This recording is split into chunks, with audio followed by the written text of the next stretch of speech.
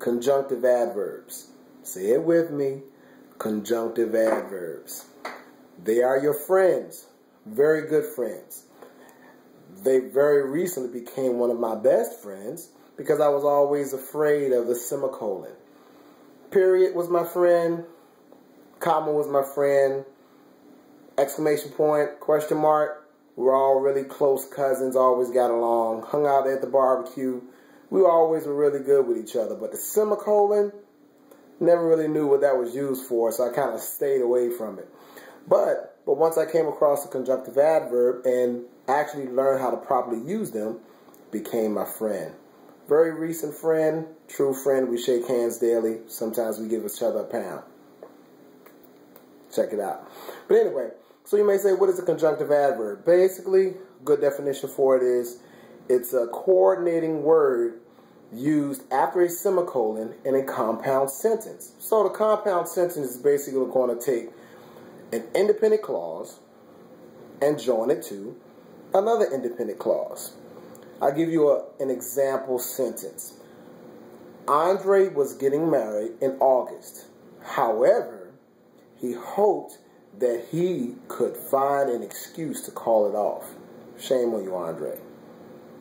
Breaking that girl heart. Anyway, so the first independent clause, Andre was getting married in August. The second independent clause, he hoped that he hoped that he could find an excuse to call it off. So if we wanted to join those together, we would use a semicolon and a conjunctive adverb. In my previous life, I never would have joined them together, ever, because I had to use something that I didn't know what it was, some kind of symbol, Chinese, hieroglyphic, something. Well, it's actually a semicolon, but I was always afraid of them. But anyway, like I said, it's become my friend, conjunctive adverbs as well.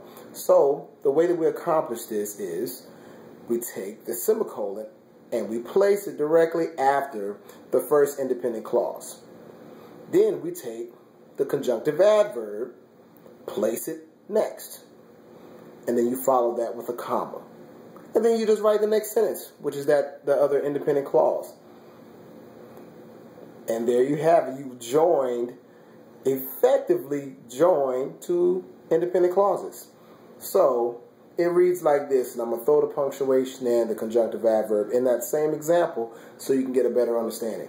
Andre was getting married in August, semicolon, and here comes the conjunctive adverb. However, comma, he hoped that he could find an excuse to call it off. There, we just used it. Now you may say, what are some other conjunctive adverbs that are floating around out there? Well, there are actually a lot of them. So I'm going to run through them really quick, but I'm going to give you a very, very good tool to remember them or kind of call it back to your remembrance. And it's an acronym. It's a couple of acronyms, actually. The first one is some can. So S-O-M-E-C-N, some can. And so the S is still, the O is opposingly, on the other hand, the M is moreover, the E is ergo. I like ergo, made me sound French, oui, oui. The C is contrastly, conversely, and contrariwise. The A is as a result, as a consequence, after that, additionally, and afterwards. Finally, you have the N, which is nevertheless, next, and now. So that's some can. The next acronym that you have is fifth. You know, like first, second, third, fourth, fifth. I use this thumb. But fifth. So F-I-F-T-H. Now that acronym for the F is for example or for instance. The I is instead, in contrast, in opposition, and in addition. The F is furthermore. The T is thus, therefore, then. And the H is hence or however. And there you go. That's a great list of some conjunctive adverbs. So take that same example and I'm going to stick one of the other conjunctive adverbs in there in that same sentence. And let's see how it reads. Andre, same old Andre. We all know Andre. Andre was getting married in August. Moreover, he hoped that he could find an excuse to call it off. There you go, the conjunctive adverb. I hope I explained it very clearly for you, and I hope you now have a new friend called the conjunctive adverb. Don't be afraid of the semicolon. It's just a period and a comma.